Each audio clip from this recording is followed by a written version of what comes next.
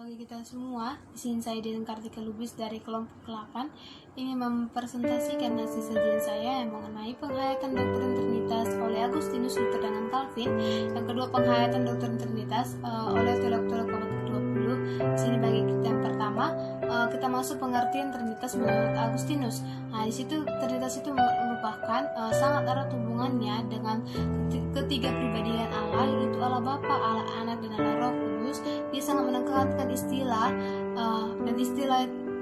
dan dia menekankan tidak ada Allah tiga, tetapi hanya ada Allah satu yang memiliki tiga pribadi. Sedangkan menurut Luther, dia mengatakan bahwa Allah itu memiliki tiga pribadi.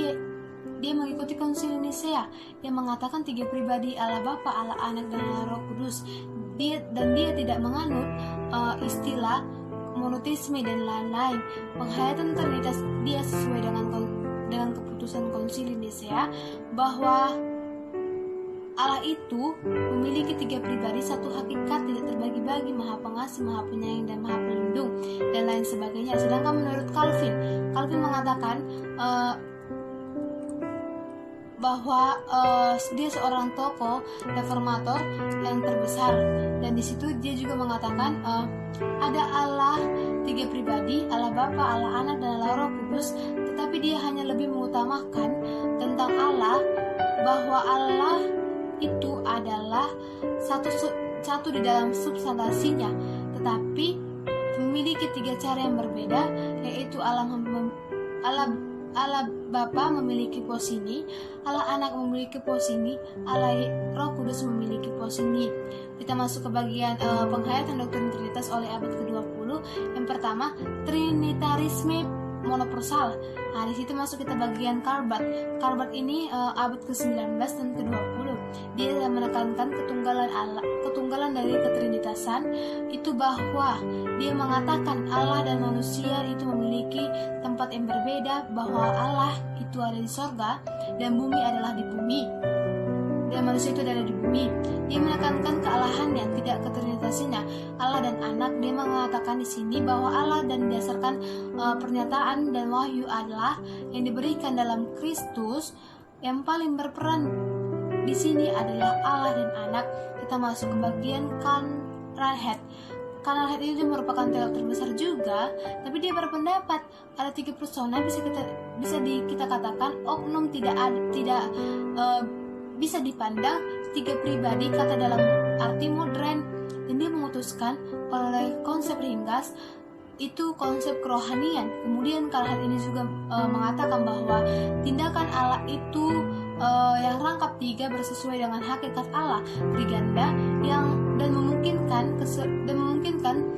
seluruh komunikasi diri Allah itu. Kita masuk ke bagian Trinitarisme sosial. Kita masuk bagian ke tokoh pertama, yaitu Jerry Moulton. Dia mengatakan bahwa Trinitas itu merupakan sejarah tiga subjek dalam hubungan persekutuan satu sama lain, dan dia menggunakan istilah person, dan dia digantikan sebagai kata oleh sebutan subjek. Person itu ungkapan kata ganti dari subjek. Dan kita masuk bagian ke tokoh kedua, yaitu Leonard Buff. Dia menegaskan juga bahwa dengan nama Allah dimaksudkan oleh iman Kristiani Bapa, Putra, dan Roh Kudus, dan dalam korelasi abadi dan peresapan serta cinta kasih timbal balik sedemikian rupa. Kita masuk bagian ke tokoh ketiga yang menurut Wolf van Beek. Dia mengatakan juga bahwa hubungan Trinitas antara Bapa, Putra, dan Roh Kudus itu berupa di referensi diri timbal balik. Hubungan itu tidak dapat diartikan sebagai cuma cara yang berlainan dan saja di subjek ilahi. Dia mengatakan juga bahwa Bapa, Putra, dan Roh Kudus digambarkan Parenthood itu sebagai tiga penampakan dari satu medan, yaitu satu Allah. Kita masuk ke bagian Trinitarisme posisi tengah. Itu bagian pertama. Kita masuk ke bagian tokoh. Yang pertama itu Piers Conrad. Dia mengemukakan tesis bahwa pribadi ilahi yang satu itu menjadi antara pribadi dengan bergerak menuju makhluk-makhluk insani. Nah, kemudian dia juga menegaskan Allah itu disebut dengan Sang Bapa, dan Sang Roh Kudus dan Sang Putra. Dan hanya secara ekonomis saja menjadi manusia, maka Putra Roh semakin menampakkan diri. Dan kita masuk bagian ke tokoh kedua, Hans R.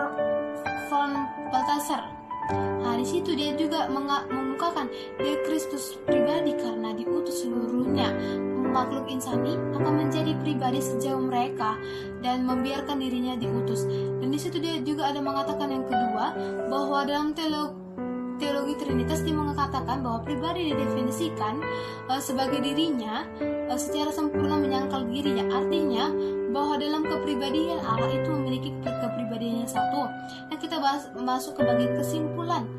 Jadi menurut saya bagian kesimpulan itu bahwa Trinitas itu berasal dari pandangan tokoh itu yang berbeda-beda, tetapi tidak terlalu jauh maknanya. Nah, itu baik saya sampaikan. Terima kasih dan shalom.